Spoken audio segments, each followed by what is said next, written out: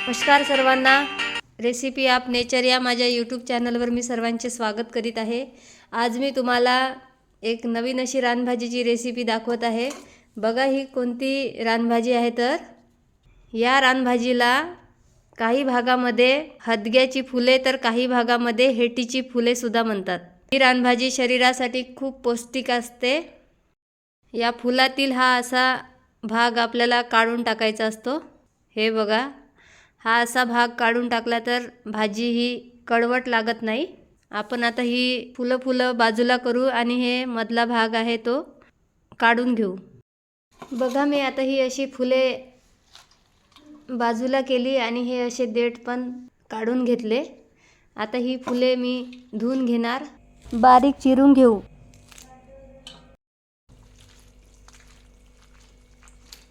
ही फुलं छान निवडून कापून छान धुवून ठेवलेली आहे तिथे। ही एक पाव फुले आहेत। बघा ही चिरून एवढी झालेली आहेत। याकरिता मी 2 मध्यम आकाराचे कांदे, 1 छोटे टमाटर, एवढी ओली मिरची ठेचून घेतलेली आहेत आणि एवढं लसूण। आणि बघा कढईमध्ये 1.5 पडी तेल गरम करून घेतलेलं आहे। त्यामध्ये मी आता अर्धा चमचा मोहरी घालत आहे। मोहरी छान तडतडली आहे। यामध्ये मी अर्धा चमचा जिरे घालत आहे। यामध्ये मी आता लसूण घालणार। लसूण पूर्ण लालसर झालेला आहे। यामध्ये मी आता ही ठेचून ठेवलेली मिरची घालत आहे। मिरची सुद्धा आपण आता 2 मिनिट परतून घेऊ। यामध्ये मी कांदे घालत आहे। बघा आता कांदा पण छान परतला आहे। यामध्ये आपण आता हे टमाटर घालू।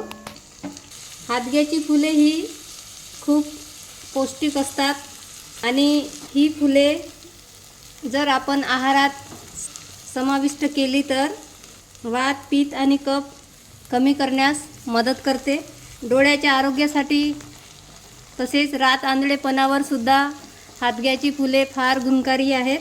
हादग्याची फुले जर आपण खात राहिलो तर डोकेदुखी, सर्दी आणि वारंवार येणाऱ्या तापावर सुद्धा याचा खूप चांगला फायदा होतो।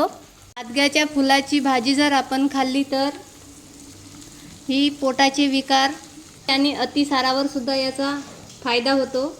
कर्करोगासारख्या गंभीर आजारावर या हादग्याच्या फुलाचे औषध म्हणून उपयोग करतात। त्यामुळे सर्वांनी हा व्हिडिओ बघा आणि याची भाजी ही जास्तीत जास्त बनवून खा। टमाटर आता छान शिजलेले आहे। यामध्ये मी पाव चम्मच हळद घालत आहे आणि ओली मिरची जास्त घातली होती त्यामुळे आता थोडंसं लाल तिखट घालत आहे आणि चवीपुरते मीठ घालत आहे। याला आपण छान मिक्स करून घेऊ। बघा आता हे मिश्रण छान झालेलं आहे। यामध्ये मी ही धुवून ठेवलेली फुले घालत आहे।